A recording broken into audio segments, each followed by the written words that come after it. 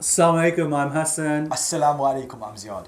And welcome to our chat show. Real and relevant at Rumi Mosque. Episode 3. Now before we get into this episode, here we go. I just want to make clear, this guy never addresses to me the dress code. Does he not? Well, you wear a shirt 2 weeks in a row. No, so last today... week he said, everyone's a witness, we're going in formal, wear a jumper. Alright, next week we'll get it right. Inshallah. Today's episode, guys, is on race and integrating into society. And it's a massive topic with the sort of emergence of the BLM movement over the last year or so, and prevailing news in the last couple of weeks, which you'll all be aware of. We kind of want to address racism head front, how as a majority race we should treat minorities, and how as minorities you should act when facing discrimination. Two really important perspectives here, and that from the outset we've got a really loud and clear message for you derived from our faith, which is there is no superiority of an Arab to a non-Arab, and there is no superiority of a non-Arab over an Arab. There is no superiority of a white person over a black person, and there is no superiority of a black person over a white person, except in one's personal character. So be the best people you can be, and that's what matters most, not your race or not your colour. So to hit this head on, we're minorities living in the UK, Muslim, South Asian, Pakistani.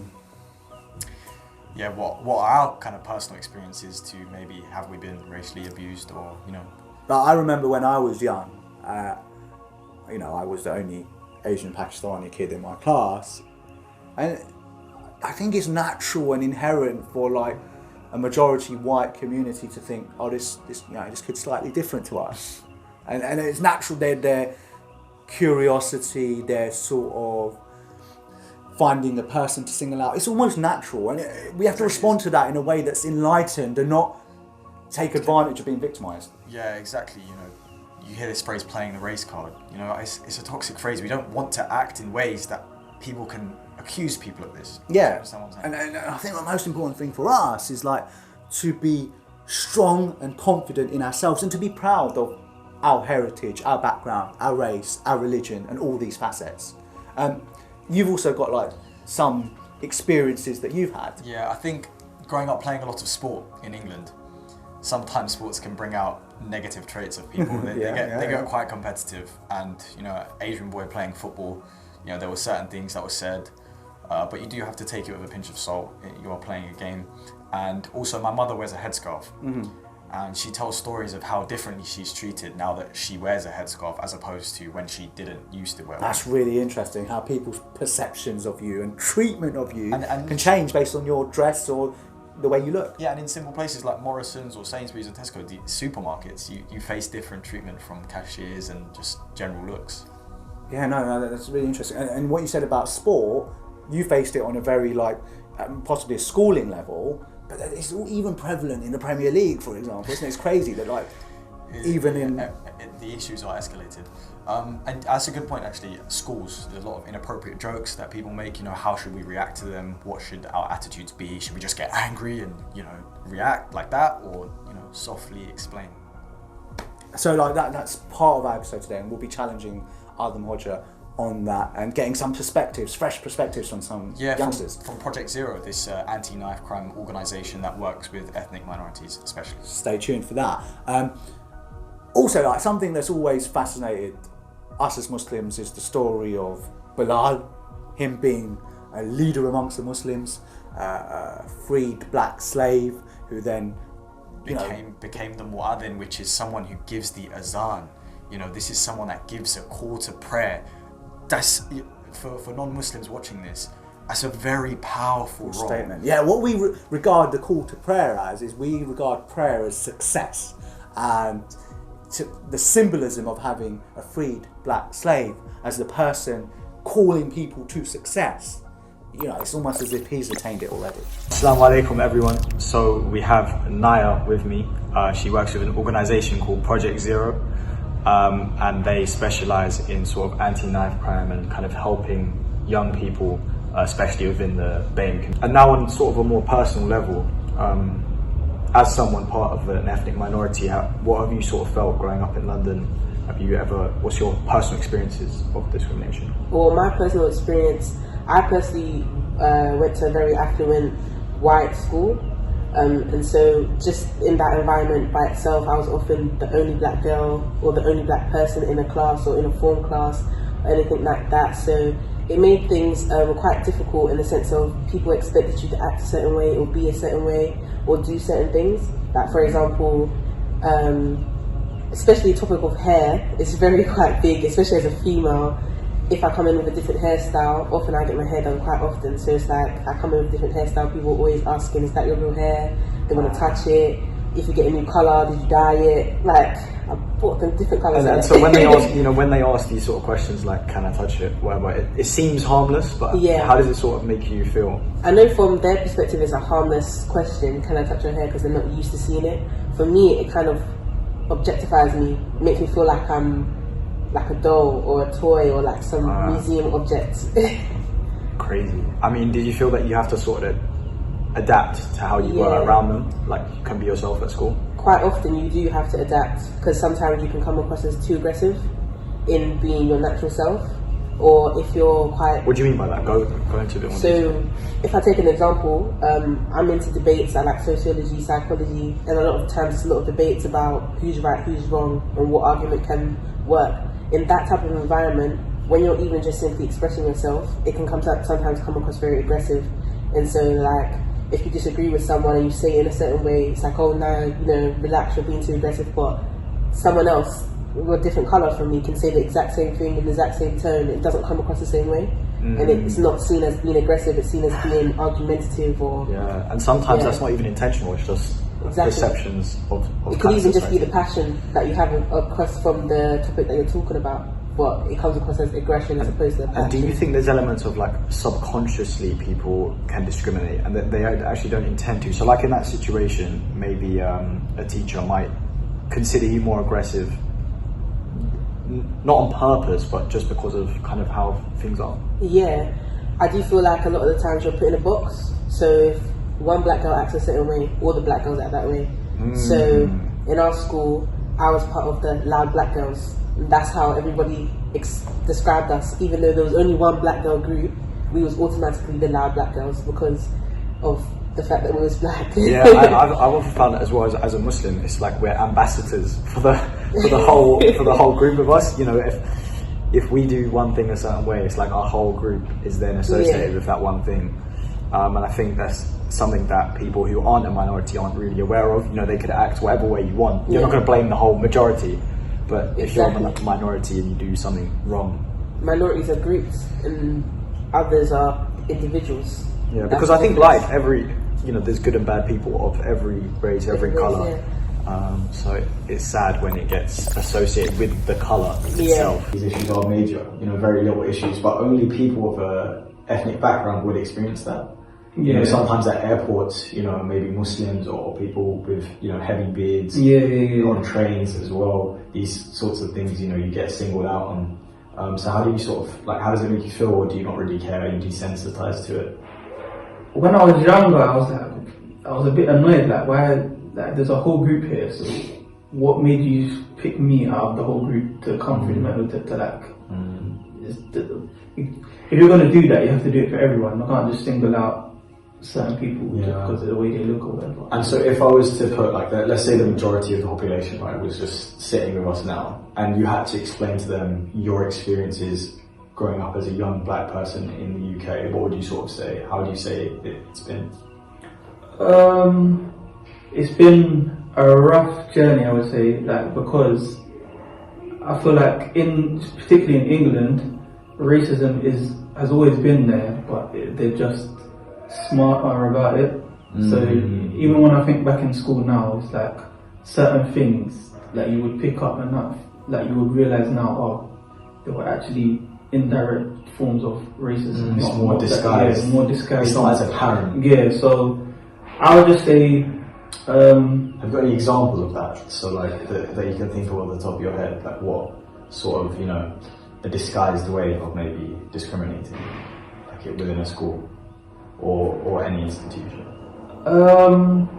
if you have a classroom and maybe, I know this might not seem major, but if there's like a particular, like some BAME kids in the classroom, they'll probably get singled out as being antisocial or bad behaved or something like that, when meanwhile the whole class in a general sense of misbehaving, but they'll get singled out for. You think they're sort of scapegoated sometimes? Yeah, at times, yeah. And that's sort of, that's from your experience working within schools. Because I find that so interesting. If a random person says it, you're thinking, where's your experience when you've been working in schools? Yeah, because even when we look at the lower sets, it's always majority BAME kids, and it's just like we're not stupid. So why all the BAME kids? Yeah, if there was a few in there's a disparity there. Yeah, it's very interesting actually. It's an interesting point. And then also, what do you think the best approach is when facing discrimination? Like, if you were speaking to young children here who are of an ethnic background, if you could give them some advice, what would you say? Well, I know people tend to say fight, but I don't think that's the right kind of approach. Sometimes people may not know about racism like that, so it's like they just it's more the knowledge. Yeah, they don't have the knowledge. One, because they're not BAME, and they just so don't know what it's not malicious. It's yeah. not like out of nastiness. It's just ignorance. You'd say. Yeah, basically, and obviously sometimes that ignorance can go further down the line and obviously cause people to be violent or whatever like that. But I wouldn't say for BAME people to return that kind of energy. It's always just about showing love to one another, that kind of thing, and teaching people in a soft way.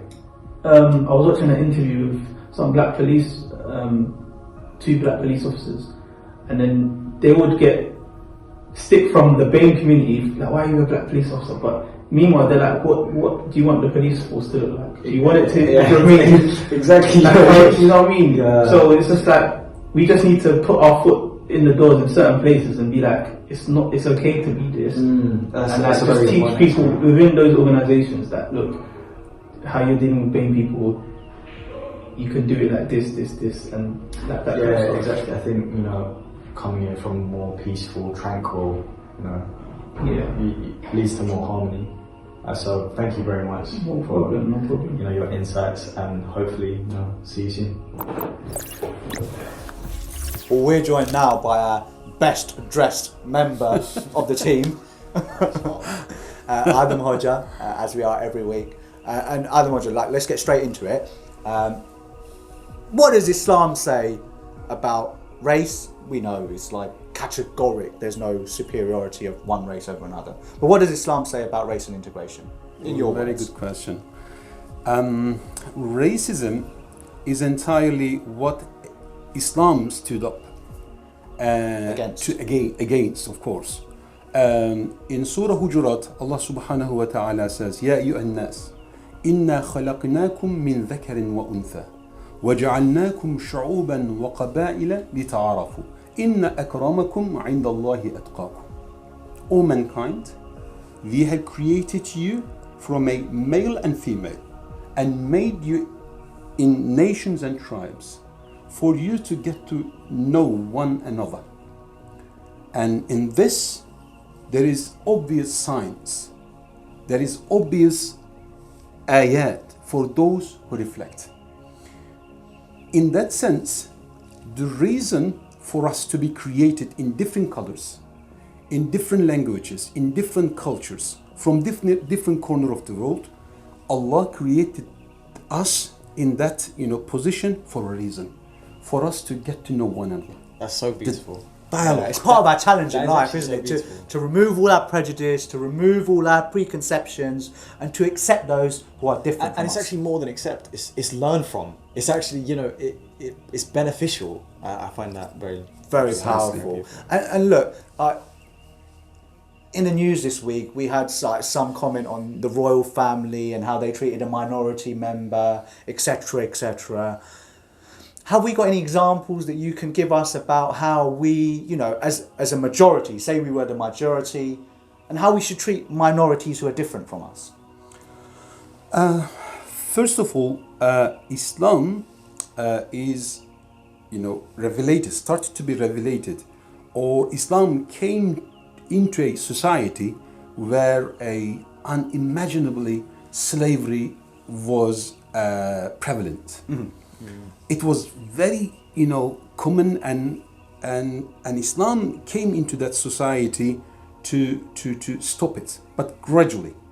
I know it is not the place we can discuss about the slavery in details. We don't have enough time. We don't have enough time. It's a very complex issue with many layers. Because the topic of, you know, slavery, a topic of, you know, the misunderstanding, and also a vast dimensions and various, you know, factors. Namely, you know, the faith factors, and, you know, the race factor, and also, you know, the psychological factors and social factors. And inshallah, one day we should definitely touch on, you know, specifically, Maybe that's like a future episode, you know, there on slavery. Islam and slavery, you know, But what Islam says about it. But essentially, it was rampant in society. Everyone basically had a slave before, so it was more of a gradual, you know, step to encourage freedom. Yes. And in that sense, you know, a Muslim, you know, should definitely treat, you know, the other people as one of them, and put them into their, you know, the shoes, and treat them, you know, as their own biological brothers. Wasn't there a story you was telling me about someone with an earring or something like this? Do you know the story? It was, I think it was Ottoman Sultan. When Yavuz Sultan Selim, you know, went to, you know, Egypt, current Egypt, he saw some group of people. They wore some, you know, earrings. Okay. Why? Earrings. Why did they wear? And he asked why they are wearing, you know, these earrings. And people said, this is for us to distinguish between the slaves and free people. Wow. And he said, bring me one, as I am the servant of Allah. So that's I really, am the slave of Allah. that's really powerful there.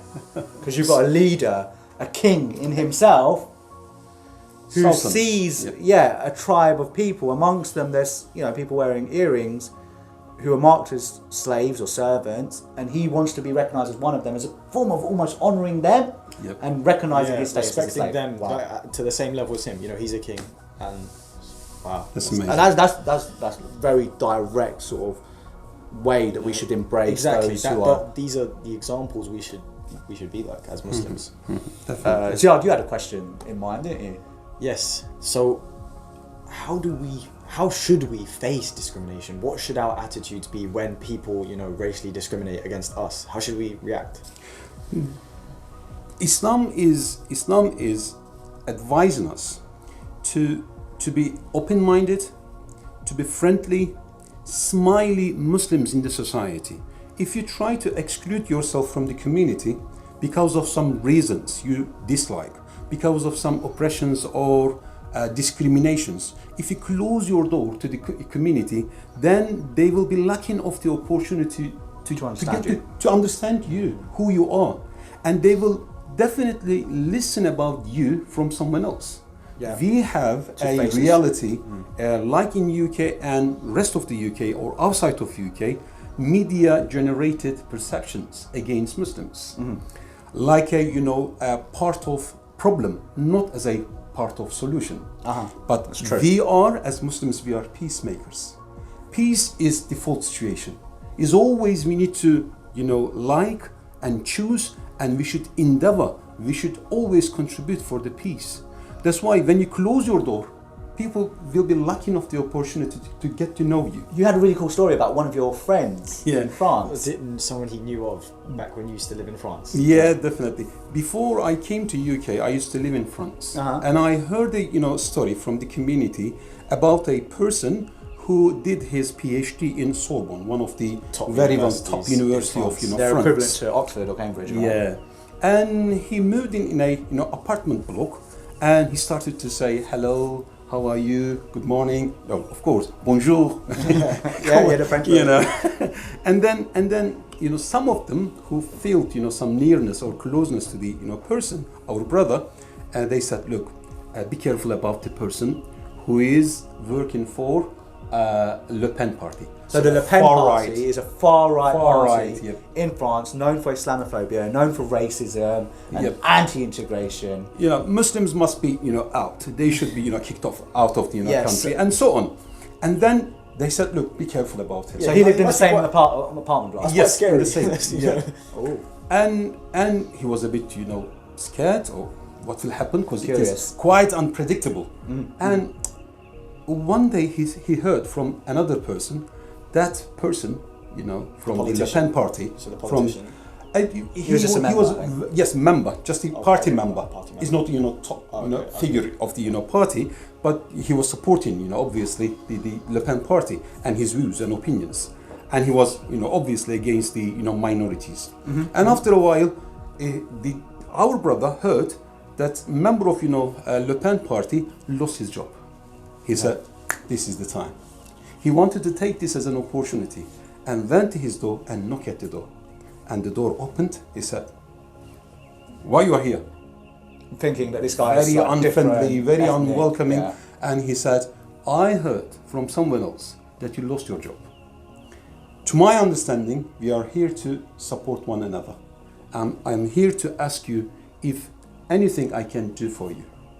He said, no, and closed the door. That's so interesting. in his face. Initially, I thought you were going to say that was his opportunity to run it in his face. Like, haha, you're To make Look at me. fun of it. Yeah. Look at me, I'm wealthy. And then what happened? so he knocks on his door trying to help him, and then But it was obvious, very shocking for the person. And then after a while, he always seek the opportunities, what he can do for him, but genuinely, not to show off, not to, let's say, demonstrate something, otherwise. so he was persistent to help him. Just He kept was trying to help him. definitely, determined. He was dedicated. He would like to show his, friendly, smiley face of, his background. And then after a while, he went on, holiday to Turkey, and he bought some, Turkish delight. We like, here in UK, and Turkish delight. And knock at his door again. He said, I brought you this gift from my, country. And he took it. And after a while, our brother's door was knocked at. And he Wow. opened the door. That gentleman, scary man. And he said, well, okay, how can I help? He said, look, I have eaten your Turkish delights. He said, oh, enjoy, bon appetit. I'm very happy to hear that. That's why I brought it, to you. He said, okay, I wasn't on my own. I invited my friends. I said, guys, there is something wrong in what we think, in what we do. Wow. My door was knocked at a Muslim, a Turkish, or let's say, let's say immigrant who is in this country for, studying in university. And he said, there is something wrong. At that time, while this happening, he asked me if I need anything, When he was jobless, right? Yes. He was jobless. It was very tough time for him. And brother did not ignore. And the brother did not neglect. And he said, can I have, can I have anything for you to do? And after a while, he said, look, I invited everyone. I served your Turkish delight with a cup of tea or coffee. And I said to them, look, what we do is wrong. There is something, wrong in what we do, in what we think. And these people is sharing our, let's say problems and so on. And we should change something immediately. Wow.